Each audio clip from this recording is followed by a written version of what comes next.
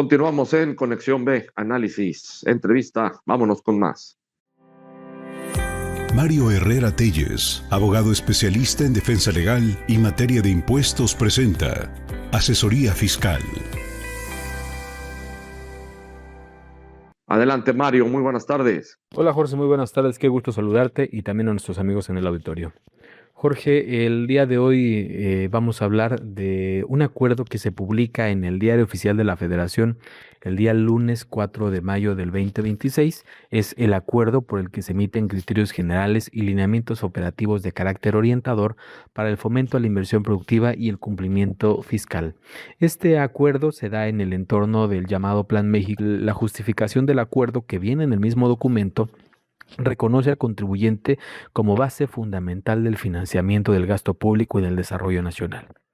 Pero enseguida nos dice dos cosas muy importantes. Por un lado, nos dice que México tiene la obligación de fortalecer la certeza jurídica, la confianza y la eficiencia en la relación entre la autoridad y los contribuyentes, reconociendo que actualmente la relación que hay entre contribuyente y autoridad, pues no es no es la más amistosa, no es la más confiable, es una relación que ha sido golpeada. Y cómo no, si desde el 2019 se ha visto un fortalecimiento en las facultades de las autoridades fiscales y no a la par un fortalecimiento de la protección de los derechos del contribuyente. Hemos visto además, pues con motivo de los cambios que han existido en materia judicial y de impartición de justicia, con los cambios también en el Tribunal Federal de Justicia Administrativa, que cada vez más los criterios son protectores de las autoridades fiscales y cada vez menos garantistas de los derechos de los contribuyentes. Y por otro lado, también hemos visto que la Procuraduría de la Defensa del Contribuyente pues ha sido disminuido en su fuerza con la que nació, de ese organismo autónomo no sectorizado con independencia absoluta, y que anteriormente, cuando estuvo bajo la dirección de la licenciada Diana Bernal Ladrón de Guevara, pues fue una institución de la que incluso se presumía a nivel internacional. Entonces, este tipo de cosas dejan en evidencia que actualmente la relación entre contribuyente y autoridad pues no es la más satisfactoria. Y después también nos dice la justificación de este documento que la eficiencia en el ejercicio de las facultades de comprobación tiene que armonizarse con los principios de simplificación administrativa, seguridad jurídica y fomento a la inversión.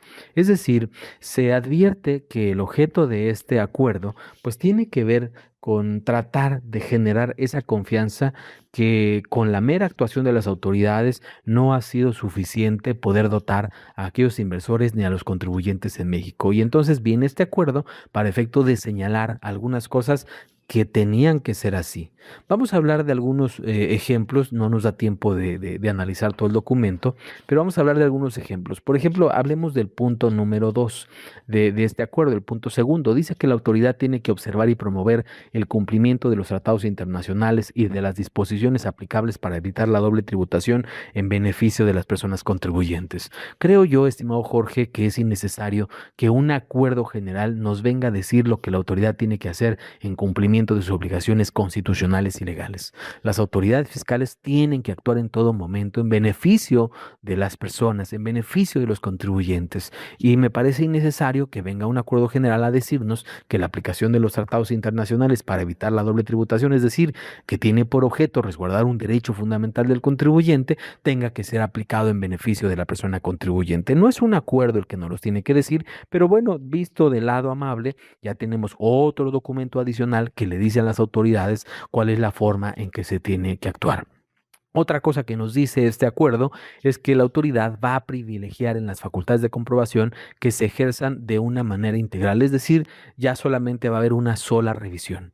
Esto es relevante porque va a tratar de evitar las revisiones simultáneas. En muchas ocasiones se daba casos en que un contribuyente en el mismo momento, de forma simultánea en que estaba siendo revisado por un ejercicio, le revisaban otro o lo revisaban o les caía una solicitud de información de otro contribuyente distinto, una compulsa. Entonces, el compromiso, porque ojo, no está prohibiendo, esto no tiene carácter de ley, es un acuerdo de criterios orientadores.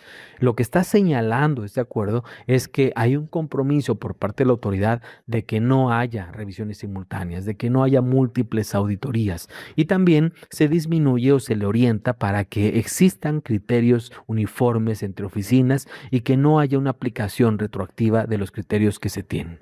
Otro punto que aborda este acuerdo es la uniformidad y el respeto a los plazos. Nos dice que tiene que haber uniformidad de criterios, respeto a los plazos legales y también el cumplimiento de los requisitos y de los procedimientos previstos en la ley. Nuevamente, creo que es innecesario que sea un acuerdo general el que nos venga a decir cómo es que la autoridad tiene que actuar si nosotros en México tenemos constitución y leyes que establecen plazos, requisitos, procesos y procedimientos muy claros, estimado Jorge, para efecto de que la autoridad cumpla con eso. Hay que dejar también claro que en el último año tuvimos una reforma en el Código Fiscal de la Federación que en materia de facultades de comprobación dotó de mayor fuerza a las autoridades fiscales para desempeñarlas. Entonces, bueno, esto nos dice que cumpla con los procesos, pero pues en realidad, por decirlo de alguna manera, el daño ya está hecho.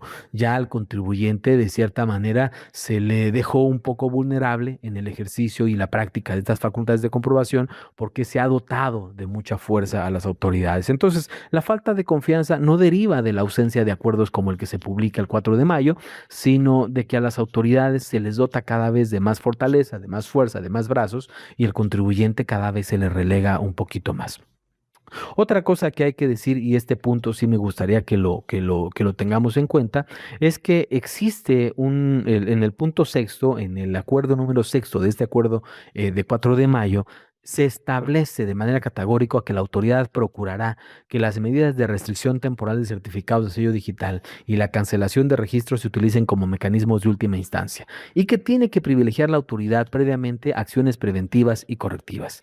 ¿Qué quiere decir? Que señala que la restricción temporal de los certificados debe utilizarse como mecanismo de último momento. Primero vas a emplear otro tipo de acciones. Primero le vas a requerir, lo vas a invitar, vas a tratar de que el contribuyente cumpla de manera voluntaria. En su caso vas a iniciar procedimientos menos agresivos como la restricción del certificado de sello digital y esto me parece muy bien.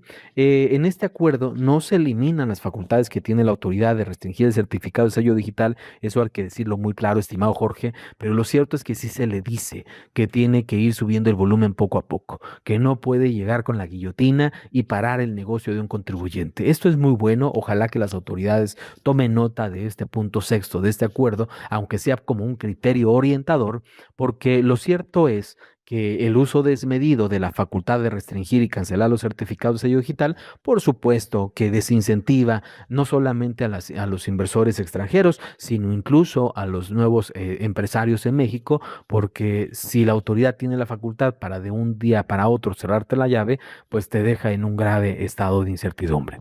Vamos a hablar de un punto que me parece también muy importante. No estamos hablando de todos, repito, pero este me parece necesario, además por el cariño que tú sabes que yo le tengo a la Procuraduría de Defensa del Contribuyente.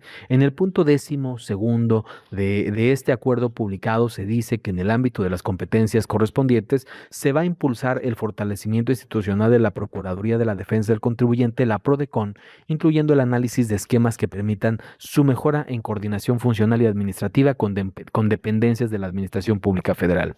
A la par de la publicación de este acuerdo, estimado Jorge, hubo una conferencia en la que se da a conocer este Plan México y estas acciones inmediatas para la inversión, para fomentar la inversión, y se señaló ahí que la PRODECON va a pasar a ser sectorizada de la Secretaría de Anticorrupción y Buen Gobierno.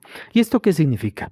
Actualmente PRODECON ha funcionado como un organismo autónomo y defiende a contribuyentes desde un ámbito, podemos decir, todavía independiente e imparcial. Tramita los acuerdos conclusivos, recibe e investiga quejas de los contribuyentes, brinda asesoría gratuita a ellos. ¿Qué cambia? No van a cambiar las funciones de PRODECON, sino el criterio con el que ahora va a actuar PRODECON. ¿Qué significa que Prodecon pase a ser sectorizado? Lo cierto es que, mira, Prodecon desde hace ya algún tiempo está en manos del gobierno, ya no es tan independiente como cuando nació, y eso se debe a que está acéfala, no tiene un procurador actualmente. Pero esta intención de incluirla a la Secretaría de Anticorrupción y Buen Gobierno, pues tiene, entiendo, por objeto tratar de dotarle de fuerza administrativa a la Prodecon. Sin embargo, creo desde mi particular opinión que la fuerza de Prodecon dependía justamente de esa no sectorización, de ese no formar parte de un gobierno, de no ser parte de alguna secretaría. Y ahora va a formar parte de un sector, lo que la va a obligar a una coordinación funcional, a una coordinación administrativa, y si bien es cierto, no creo que se le vaya a eliminar su autonomía, pues cierto también es que ahora los criterios pues van a ser orientadores hacia los objetos y objetivos del gobierno federal. Pues estimado Jorge, la próxima semana vamos a ampliar sobre este tema de la Procuraduría de Defensa del Contribuyente y sus servicios, y mientras por hoy, pues como tip hay que decirles a los contribuyentes que este acuerdo viene a blindar o a reconocer los derechos que ya tienen. Si en algún punto nosotros podemos asesorarle al contribuyente y ayudarle en su protección, estamos a sus órdenes, Jorge, al teléfono 6628-470839. Fuerte abrazo, estimado Jorge. Muchas gracias a Mario Herrera Telles en la asesoría fiscal. MH Legal, asesoría y defensa en materia fiscal y administrativa, presentó La Asesoría por Mario Herrera Telles. Con esto llegamos al final del programa de hoy. Muchísimas gracias a todos ustedes por su atención. Nos despedimos. Mañana vamos a estar con más Conexión B Análisis. Entrevista aquí en punto de las 5 de la tarde. Pásela muy bien.